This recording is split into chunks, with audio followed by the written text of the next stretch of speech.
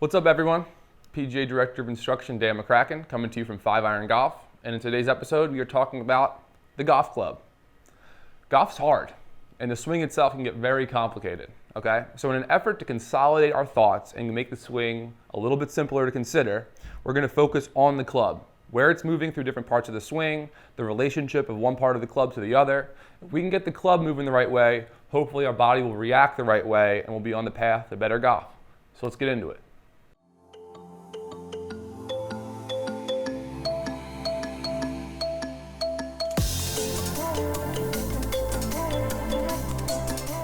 The club's going to be our guide. We're going to use the design of this club to help get us into the right positions of our swing. If we can get the club going in the right spots, that's going to help our body move to the right spots, and we can simplify how we're viewing this golf swing of ours. We're going to get into a good setup using the design of the club. Let's start with 2 easy checkpoints. Number 1, the club face needs to be as square to my target line as possible, and 2, the sole of my club needs to be as flat to the ground as we possibly can get it.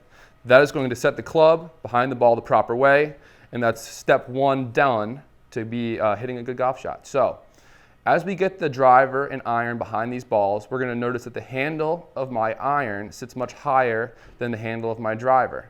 And if I pull this around to more of a face-on perspective, what you're going to notice is the handle of my driver sits a little bit back behind the ball, whereas if I drop an iron in there, the handle sits much more forward in front of the ball.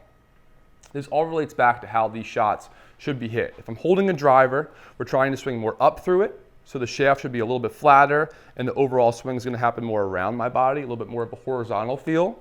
And as I'm trying to strike an iron down into the ground, the swing needs to be a little bit more vertical, which is going to inspire that negative angle of attack, pinch the ball in between the club and the ground, and get it lifted the right way. All right? After I get into my proper setup, I need to get a decent takeaway going here. So we have 2 takeaways or checkpoints for a good takeaway.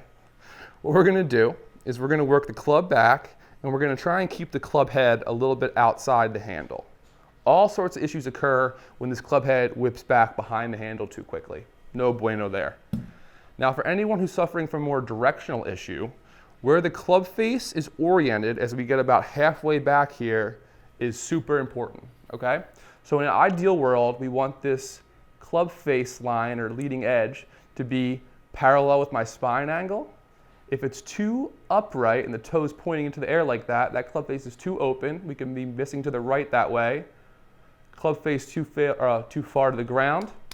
Club face is now closed. We could easily be missing to the left from that position. So we definitely want the club head to stay a little outside, and we want that leading edge to stay parallel with our spine.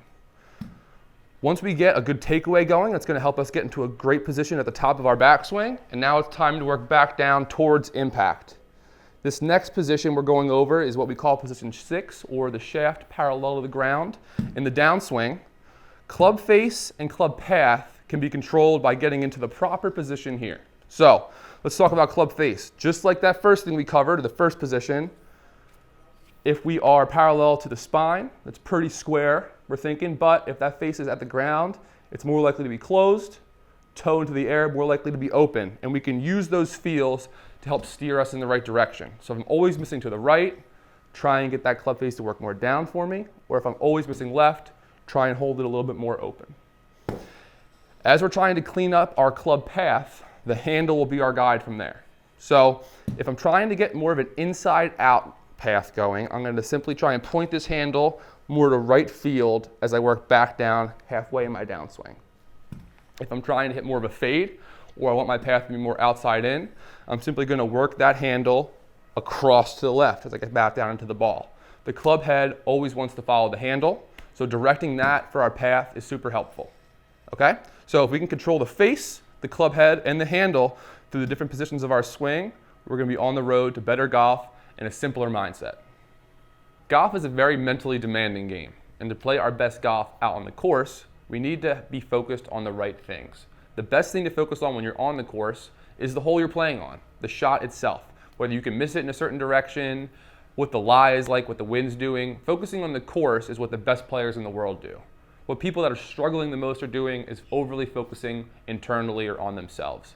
The easiest way to make this game overwhelming or too complex is to focus on all the different body parts and how they're moving throughout your swing.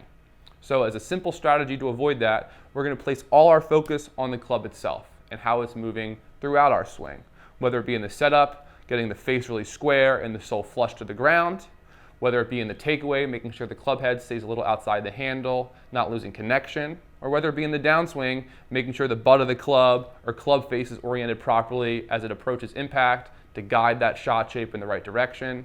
All can be great, helpful cues to simplify the game and get you on the road to better golf. So focus on this club, don't worry about what the body's doing, be an athlete, have some fun out there, and I hope this helps. Thanks for watching. I hope you guys enjoyed that lesson. For more tips just like that one, be sure to subscribe to our channel. And if you're interested in booking an in-person golf lesson with me or one of our other awesome teaching pros, click the link below and we'll get you all set up here at 5 Iron.